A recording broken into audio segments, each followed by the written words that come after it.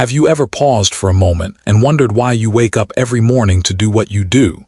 We spend decades of our lives at work. It's not just a small part of life, it is life for many of us. Yet for countless people, work feels like a heavy weight. It becomes routine, mechanical, a cycle of waking up, grinding, and collapsing at the end of the day. A cycle that repeats itself day after day, year after year. But here's the question no one dares to ask out loud. Is survival enough? If work is only about paying bills, climbing ladders, or checking boxes, then deep inside an emptiness begins to grow. We may silence it with distractions, with entertainment, with temporary pleasures, but eventually it catches up. That quiet whisper at the back of our minds, is this really all there is?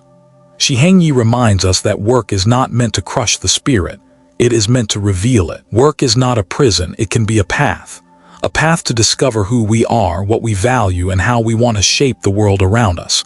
And that path only opens when work carries meaning. Think about it. Meaning is what transforms a task into a purpose. It's what turns hours into fulfillment rather than exhaustion.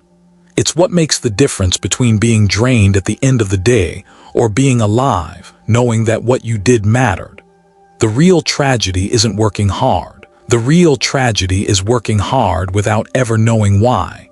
And so, the real question becomes, how do we move from labor that merely sustains the body to work that nourishes the soul? There's a moment in life when you sit down at the end of a long day and you ask yourself a simple but unsettling question.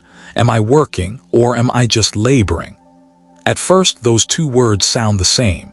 Both involve effort, both require energy, both demand your time, but deep down you already know there's a world of difference between them. Labor is heavy, it drains you. It's when your body is present but your heart and soul are absent. You push through the hours, waiting for them to pass as if time itself were an enemy you must conquer. Labor feels like survival. It's tied to necessity, obligation, and sometimes even fear. You work because you must, not because you want to, but work that's different. Work carries meaning. Work pulls you forward instead of you dragging yourself through it. Work isn't just about earning a paycheck or completing a task.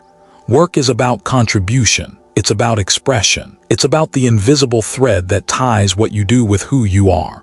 Think about the farmer who plants seeds, not only to feed his family, but to nurture the cycle of life itself.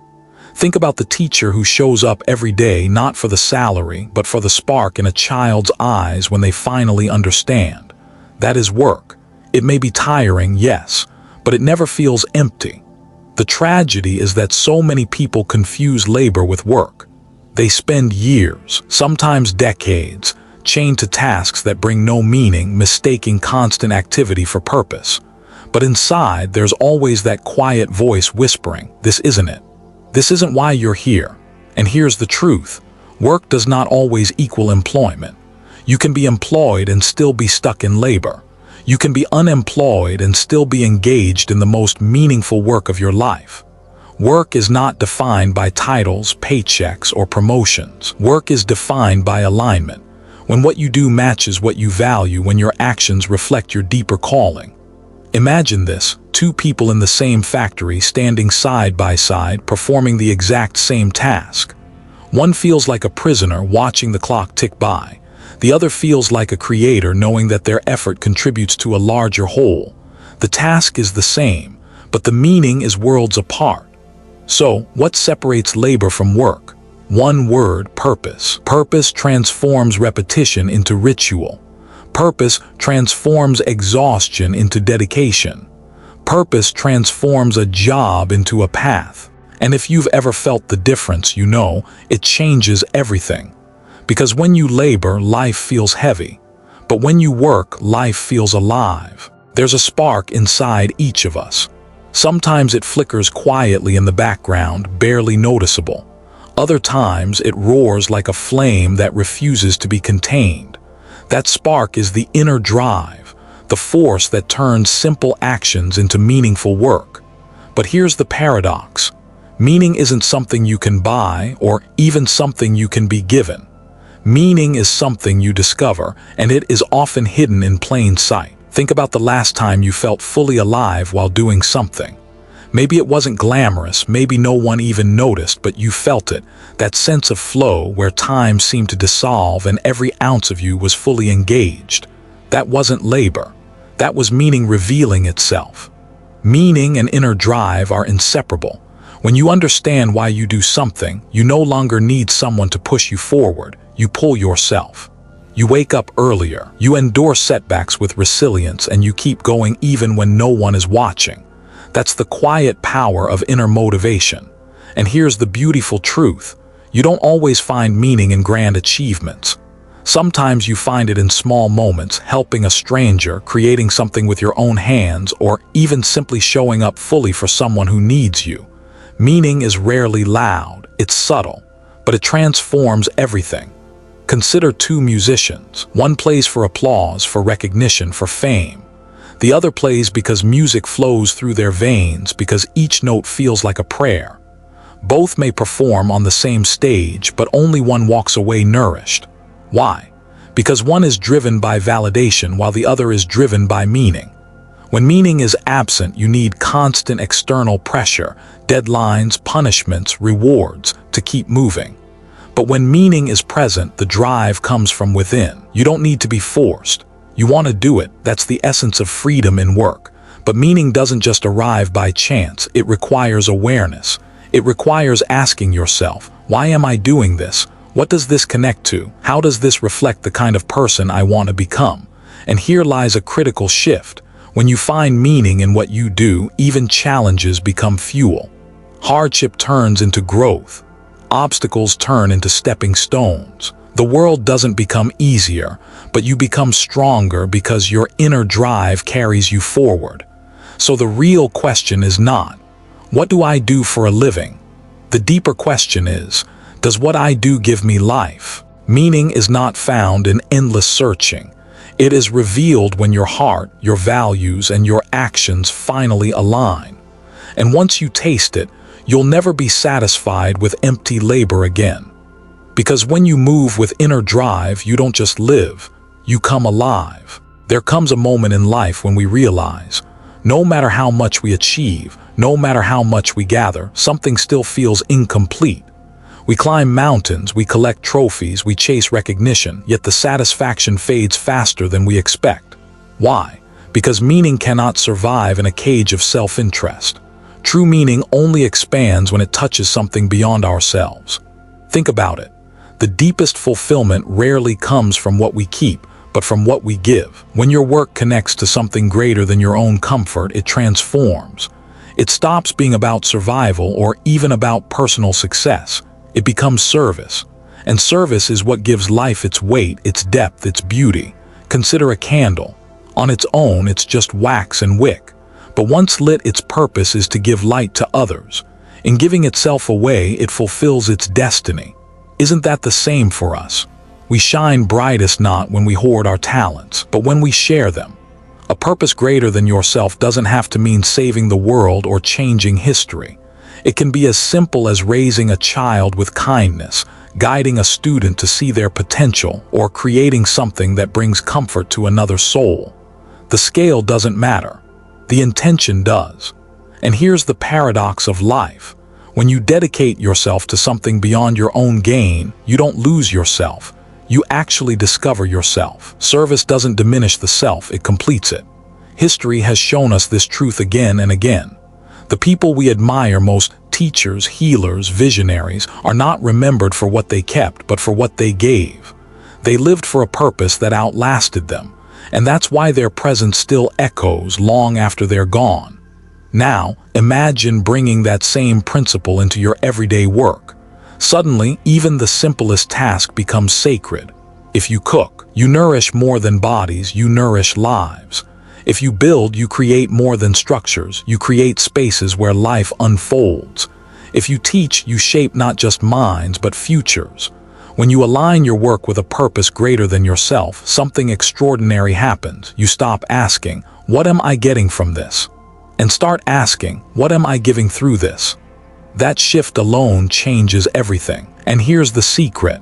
Living for a purpose beyond yourself doesn't just benefit others.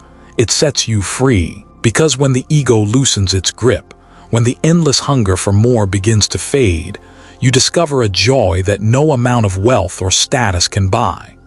The joy of knowing that your life is not just about you, that it ripples outward, touching others in ways you may never fully see. And isn't that the kind of meaning we all long for? To know that our time here, however short, mattered, that we left behind more light than we consumed. So the invitation is simple: look beyond yourself. Align your work not just with your needs, but with the needs of the world around you. Let your talents become a gift. Let your efforts become a legacy.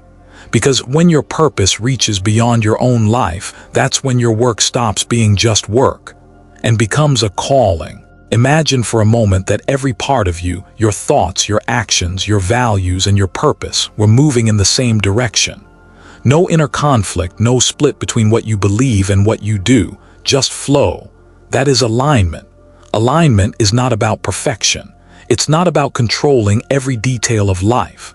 Alignment is about harmony, living in such a way that your work, your choices, and your values point to the same North Star. Think of a river. When its waters run free, the current is powerful, smooth, unstoppable. But when blocked or diverted, the water becomes chaotic, shallow, even destructive. Our lives are the same. When our work is aligned with who we are, the current of our energy moves with clarity and strength. But when we live divided, believing one thing, doing another, hiding behind masks, the current breaks. We feel drained, restless, lost.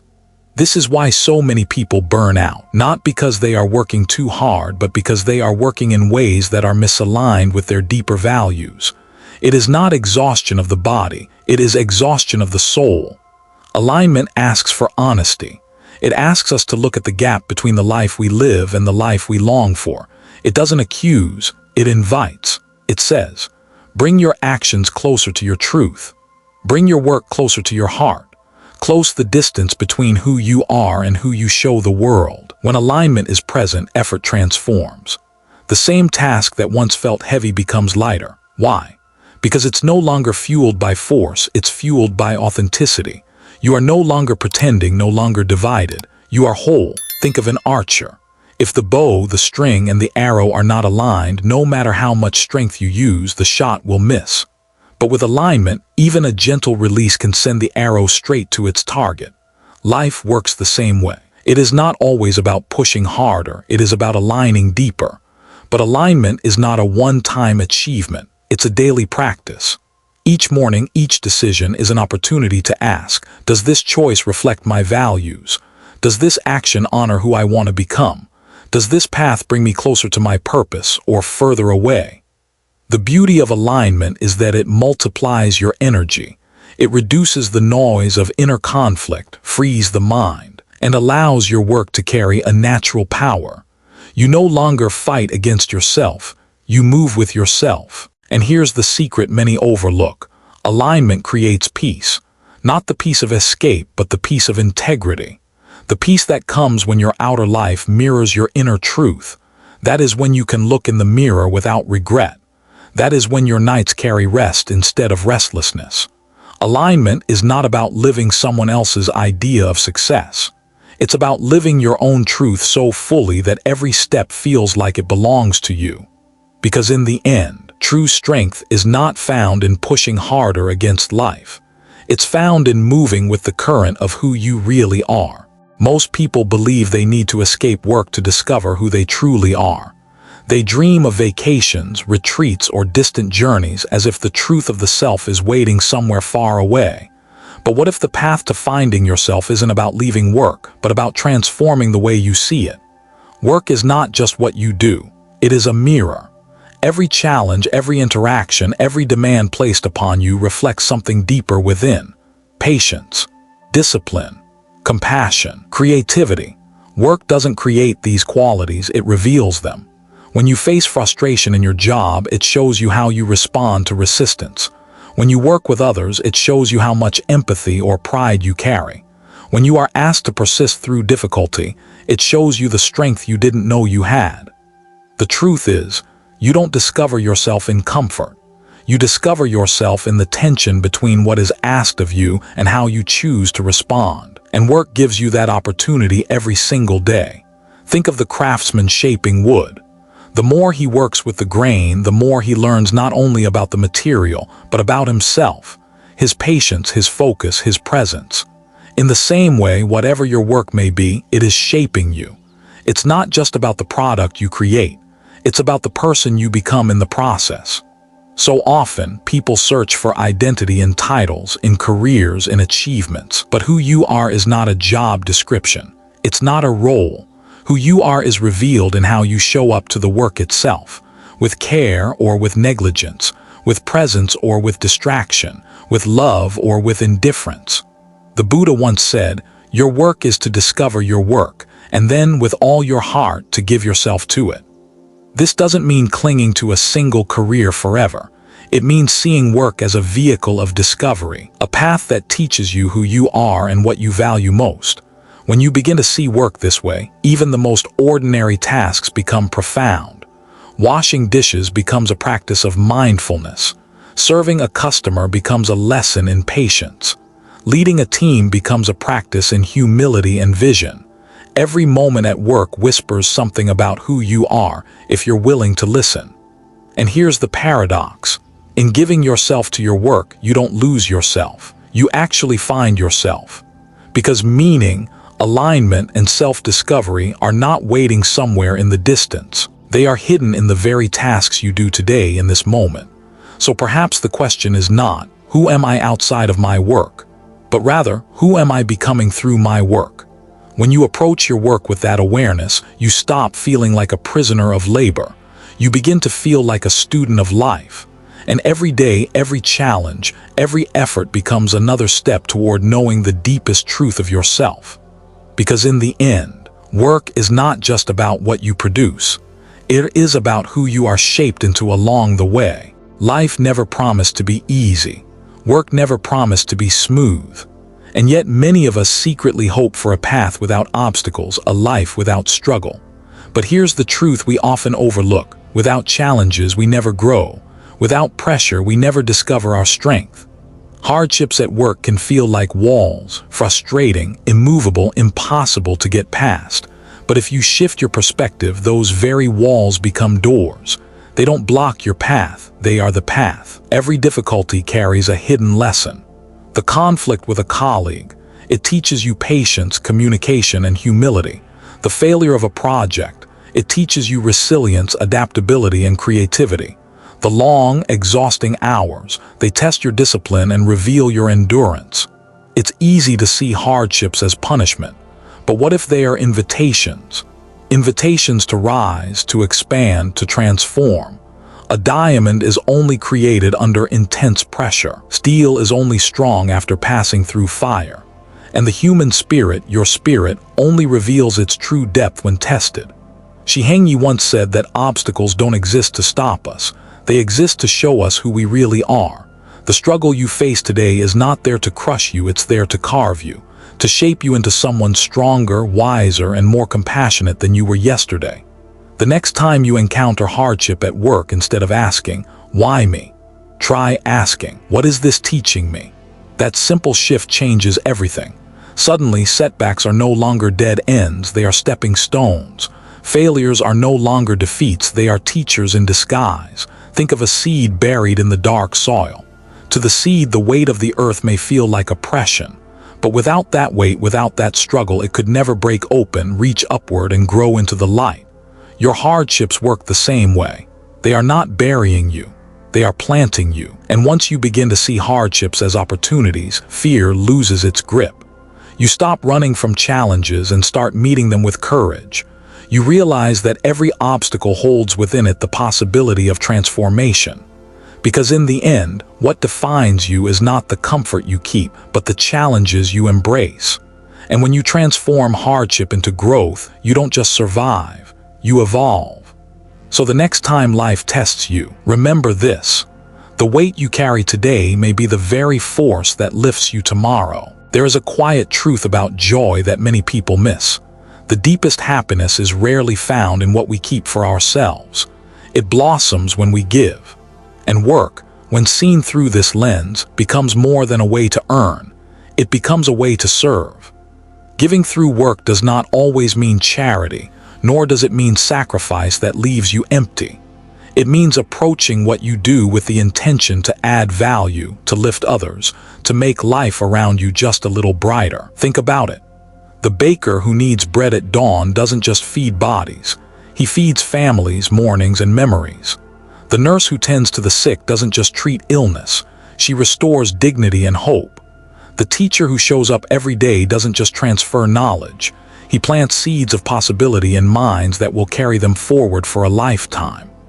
There is joy hidden in these acts, joy that is often invisible to the outside world but deeply felt in the heart. It is the joy of knowing your presence matters, that your work touches lives beyond your own. And this joy has a unique quality. The more you give, the more it multiplies. Unlike material possessions that shrink when shared, generosity of spirit expands. You pour out energy, kindness, creativity, and somehow, instead of being drained, you feel fuller, richer, more alive. But this requires a shift in perspective. If you see work only as a transaction, the giving feels like loss. But if you see work as contribution, every effort becomes an offering. Every task becomes a chance to serve something bigger than yourself. This is why monks sweeping temple grounds do so with a sense of reverence. It's not just cleaning, it's care for the sacred space. This is why artists pour their souls into their craft. It's not just creation, it's communion. And this is why ordinary workers, unseen by most, can live extraordinary lives of meaning, because they approach each day as a gift given to others. And here's the paradox. When you give through work, you receive something money can't buy. You receive fulfillment. You receive connection. You receive the peace of knowing that your life is not just about you. It ripples outward in ways you may never fully see. So perhaps joy is not something to chase. Perhaps joy is what arises naturally when your work becomes an offering. Because in the end, the measure of a life is not how much we have taken, but how much light we have left behind. And when work is done in the spirit of giving, that light never fades. Every human heart longs for fulfillment. Not just fleeting happiness, not just moments of pleasure, but a life that feels whole, meaningful, and complete. And while many search for it in wealth, in recognition, or in achievements, fulfillment is never found in accumulation. It is found in alignment, in contribution, and in the quiet harmony between who you are and how you live. A fulfilled life is not measured by how much you have accomplished, but by how deeply you have lived. It's not about the number of years, but the richness within those years. And richness is not created by external success alone. It is born when your daily actions reflect your deepest values. Work becomes central to this path because it is where so much of our time, our energy, our effort is poured. If work is empty, life feels empty. But if work carries meaning, life begins to overflow with it. To live fully means to see your work not as a burden, but as part of your becoming. It means embracing the challenges not as interruptions, but as teachers. It means approaching each task, no matter how small, as an expression of your inner self. Imagine a life where your mornings are not filled with dread, but with purpose. Where your actions throughout the day align with your heart's truth.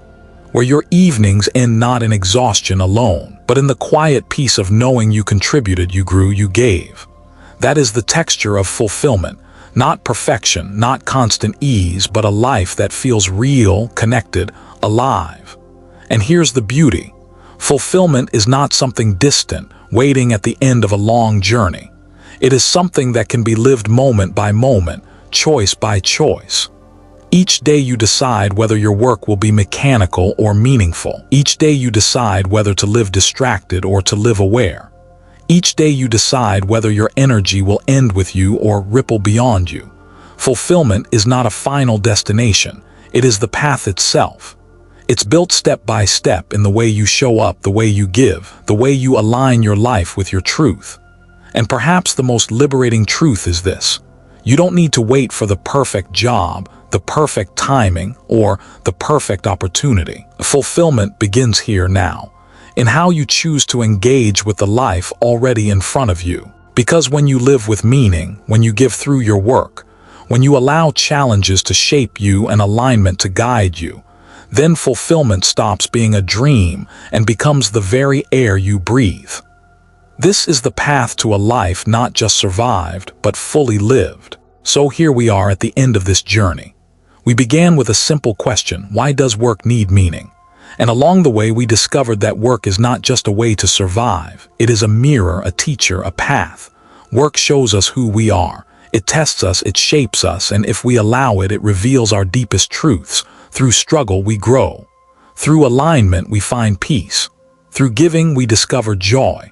And through purpose we live not just for ourselves, but for something far greater. The message is clear.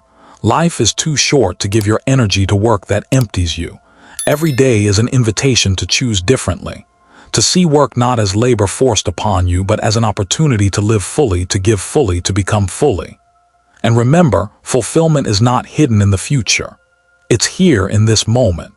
It's in the way you show up today, in the care you bring to even the smallest of tasks, in the intention you set with every action. So as you return to your life, carry this truth with you.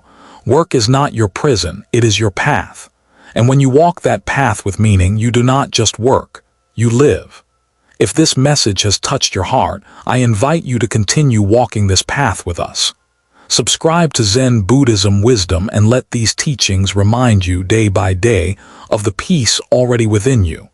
And if you feel someone you love may need this wisdom, share it with them, because even a single seed of insight can blossom into a whole new way of living. May you be well, may you be peaceful, and may you live fully here and now.